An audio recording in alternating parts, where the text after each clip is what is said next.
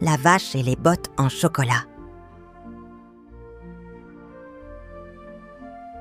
Il était une fois, dans une vieille grange abandonnée, une jeune vache nommée Lila, qui vivait paisiblement avec les autres animaux de la ferme.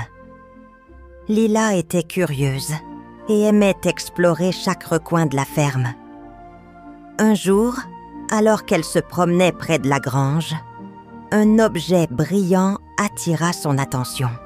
C'était une paire de bottes en chocolat, aussi brillantes que des étoiles dans la nuit.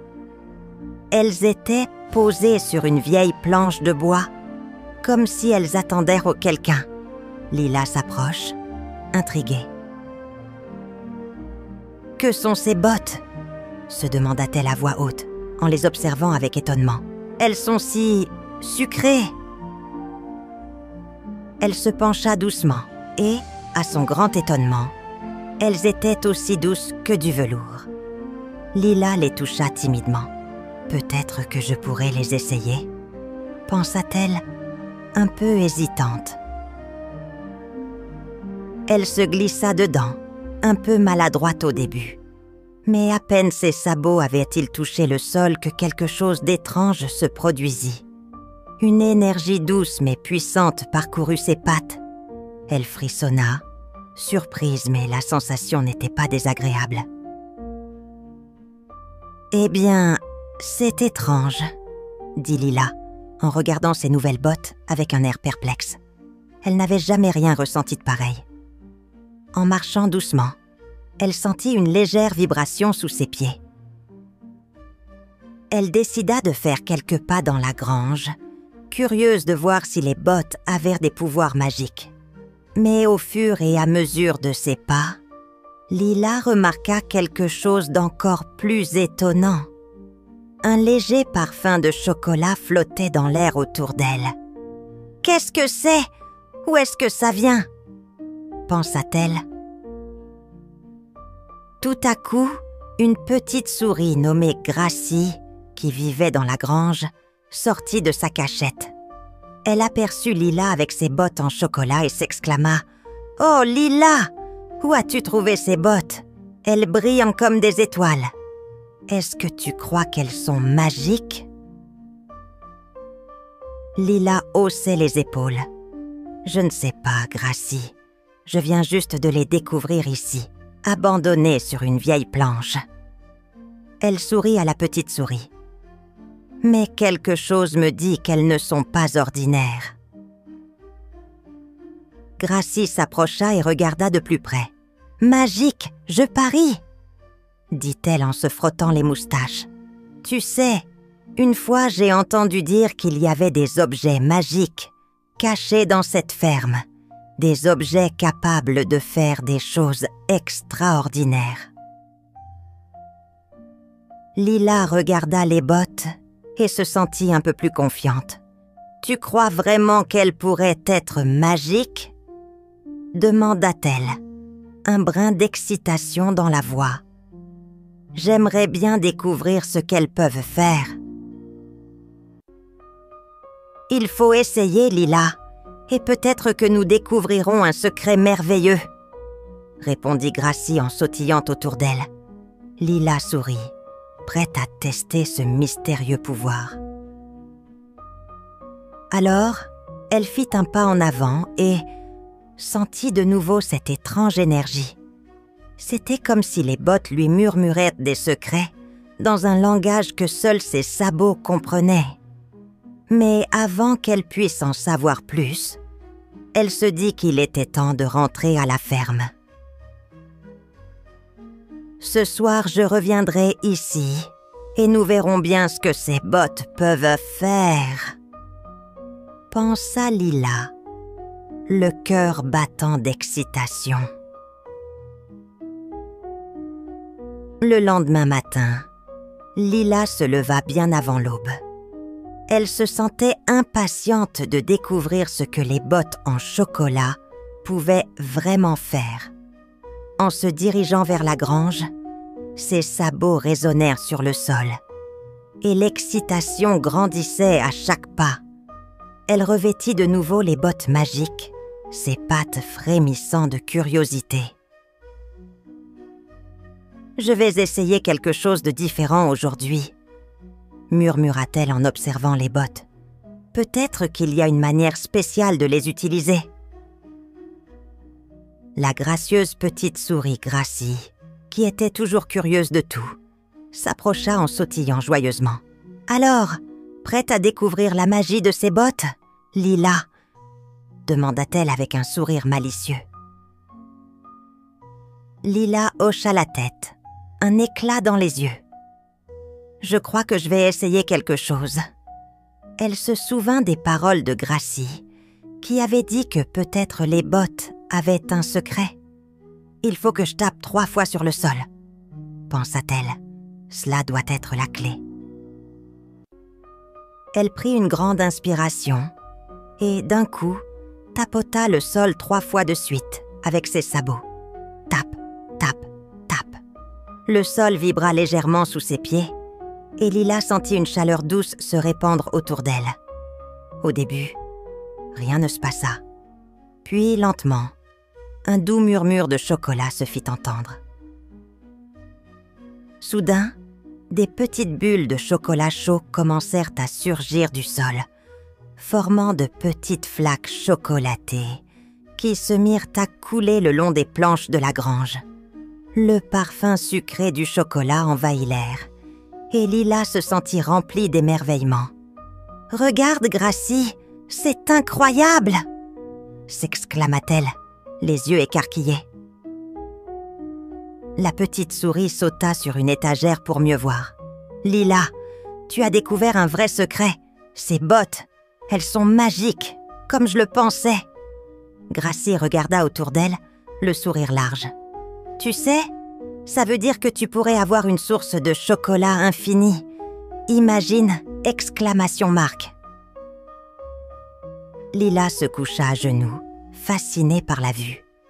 La grange était maintenant remplie d'une douce chaleur chocolatée et des rivières de chocolat chaud serpentèrent autour des poutres. « Je n'arrive pas à y croire, » murmura-t-elle.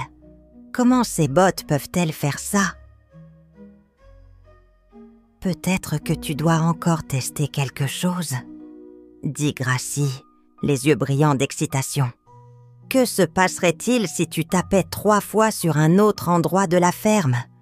Peut-être que cela pourrait changer quelque chose. » Lila réfléchit. « Peut-être.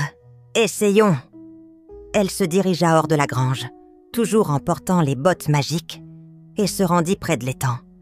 Là, elle tapota de nouveau 3 fois le sol. Tape, tape, tape. Instantanément, une fontaine de chocolat chaud jaillit de l'eau, éclaboussant joyeusement autour d'elle. Lila, émerveillée, se tourna vers Gracie. « Regarde, l'eau devient du chocolat !»« Incroyable !» s'écria Gracie. « Tu viens de créer un chocolat chaud magique qui coule comme une rivière. Ce pourrait être une fête pour tous les animaux. » Lila sourit, mais une pensée lui traversa l'esprit. « Mais est-ce que c'est bien de laisser tout ce chocolat partout? Je ne veux pas que ça crée des problèmes. » « Ne t'inquiète pas, Lila. Si c'est magique, c'est sûrement pour une bonne raison. Peut-être que tu pourras aider les autres avec ce chocolat magique, » répondit Gracie, en faisant quelques pirouettes autour de la fontaine chocolatée. Lila réfléchit un instant, puis hocha la tête. « Tu as raison, Gracie. Nous pourrons partager cette magie avec les autres animaux de la ferme. Ils adoreront. » Elle se mit alors à courir dans la ferme, appelant les autres animaux. « Venez vite! Venez voir ce que j'ai trouvé !» Très vite, tous les animaux arrivèrent. Les poules, les canards, les moutons et même les chevaux. Tous se précipitèrent vers la fontaine de chocolat. Lila leur expliqua comment elle avait découvert les bottes magiques et comment elle pouvait en faire jaillir du chocolat chaud partout où elle tapait 3 fois. « Merci, Lila !» cria l'un des moutons. « C'est délicieux !» Les animaux se mirent à savourer joyeusement le chocolat, dansant et riant autour des rivières chocolatées. Lila observe la scène, son cœur rempli de bonheur. « Peut-être que ces bottes sont vraiment un cadeau magique », pensa-t-elle, tout en observant les sourires des animaux. Au fur et à mesure que les jours passèrent, la ferme de Lila se transforma en un lieu merveilleux, où les rivières de chocolat coulaient paisiblement, où des fontaines de chocolat chaud jaillissaient à chaque coin de la ferme.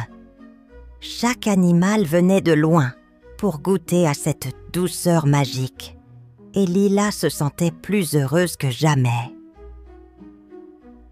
Les oiseaux chantaient joyeusement, les vaches dansaient sur l'herbe recouverte de chocolat, et les chevaux galopaient autour des fontaines, en buvant à grandes gorgées. La ferme était devenue un lieu de joie et de partage, et tout le monde venait participer à cette fête sucrée. Un matin, alors que Lila se promenait près de la grande fontaine, Gracie, la petite souris, arriva tout excitée.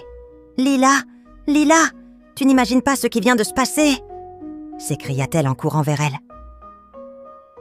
Lila leva la tête, curieuse. « Qu'est-ce qui se passe, Gracie ?»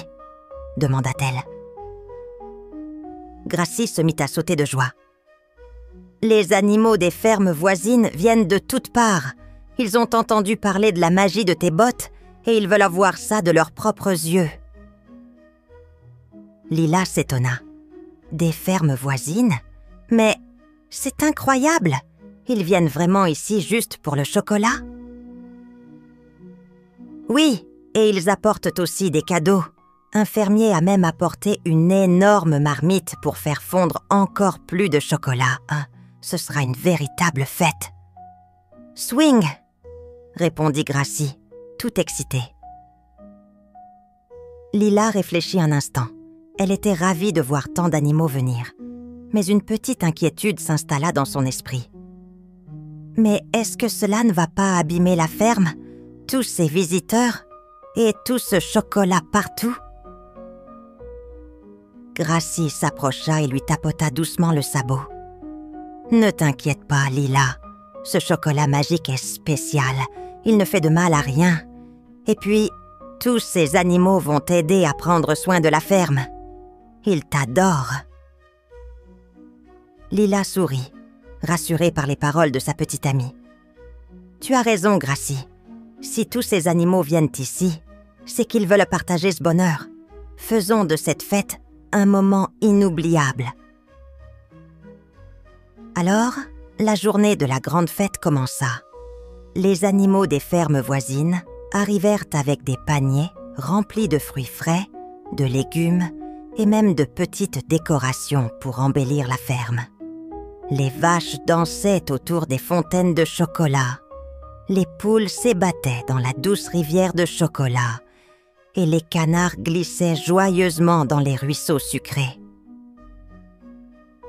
Lila, souriante, observait la scène, entourée de ses amis. Elle se sentait si heureuse de partager ce moment avec tous les animaux de la ferme. « C'est vraiment magique », pensa-t-elle. « Cette ferme n'a jamais été aussi joyeuse. » Mais au fur et à mesure que les visiteurs arrivaient, la ferme commença à devenir de plus en plus animée. Trop de rires, trop de danse et trop de chocolat. Les chemins étaient encombrés, les champs étaient à piétiner, et la grange qui autrefois était si calme était maintenant bondée d'animaux venus goûter à la magie du chocolat.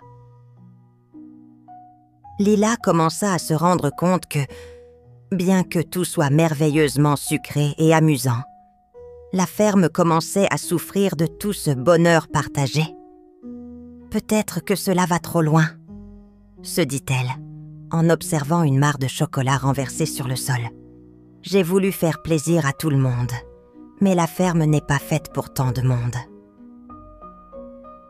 Gracie, qui avait remarqué son air préoccupé, s'approcha d'elle.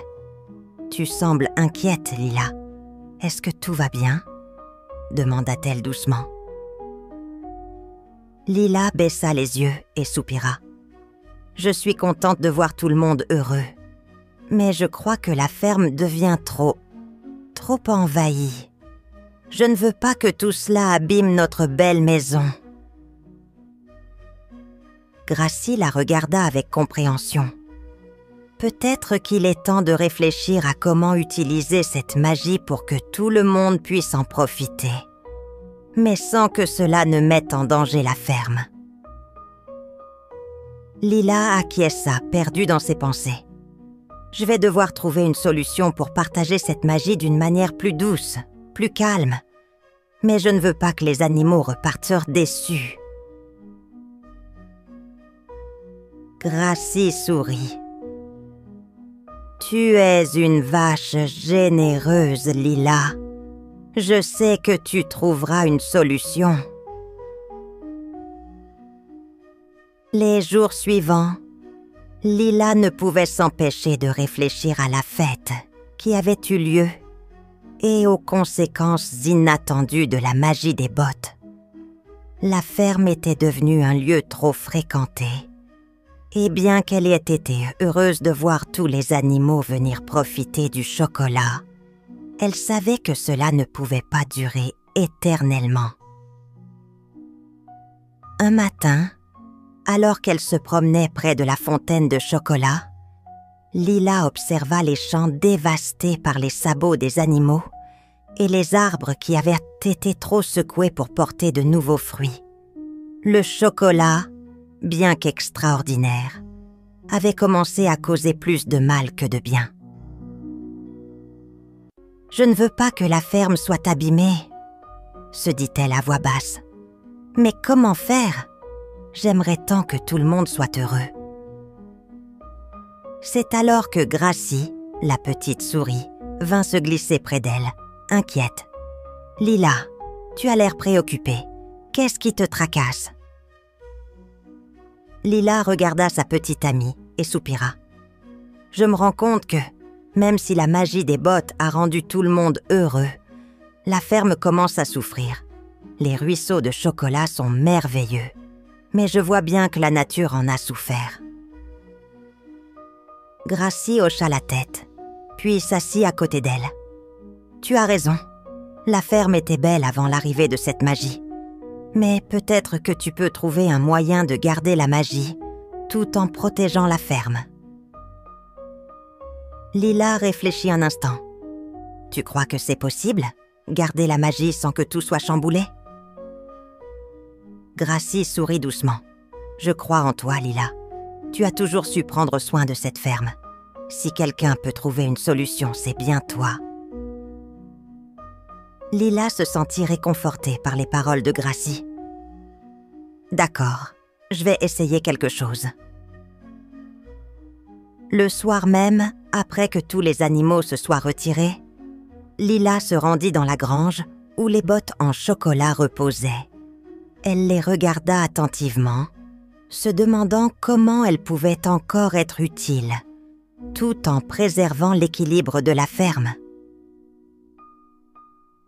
Peut-être que je n'ai pas besoin de les utiliser tout le temps, » pensa-t-elle. « Peut-être que je peux les garder pour les moments vraiment spéciaux, quand la magie sera nécessaire, mais en prenant soin de la nature autour. » Lila s'approche des bottes et les enfila. Elle frappa 3 fois le sol, comme elle l'avait fait auparavant.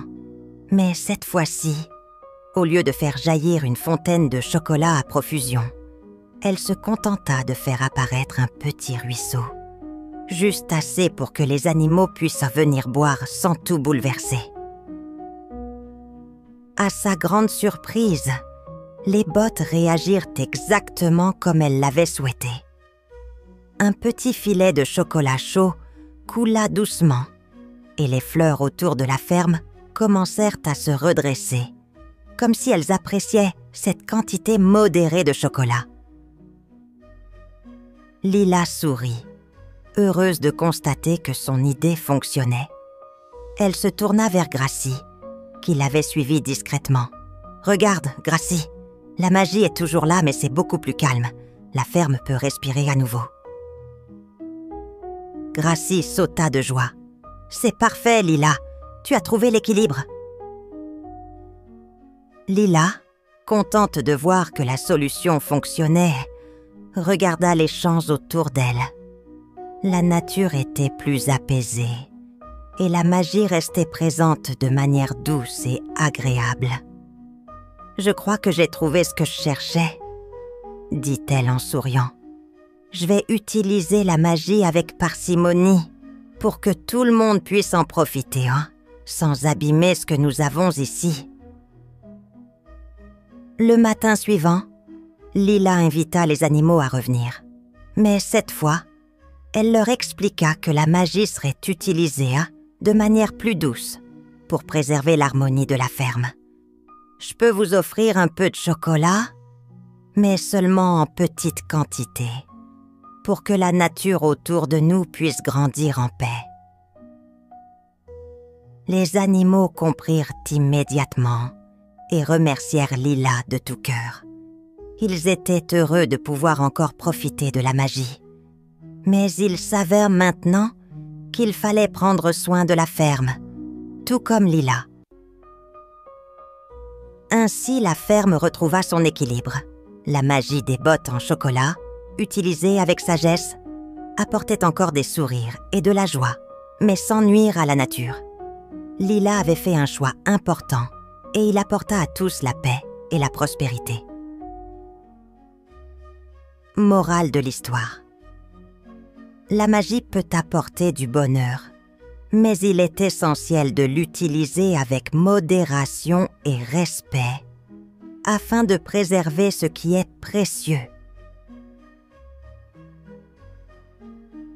Merci d'avoir écouté notre histoire. Pour nous soutenir et découvrir d'autres récits fascinants, visitez notre page Ko-fi. Chaque geste compte et nous aide à continuer à créer pour vous. Le lien est dans la description. N'oubliez pas d'abonner, petits amis. À bientôt!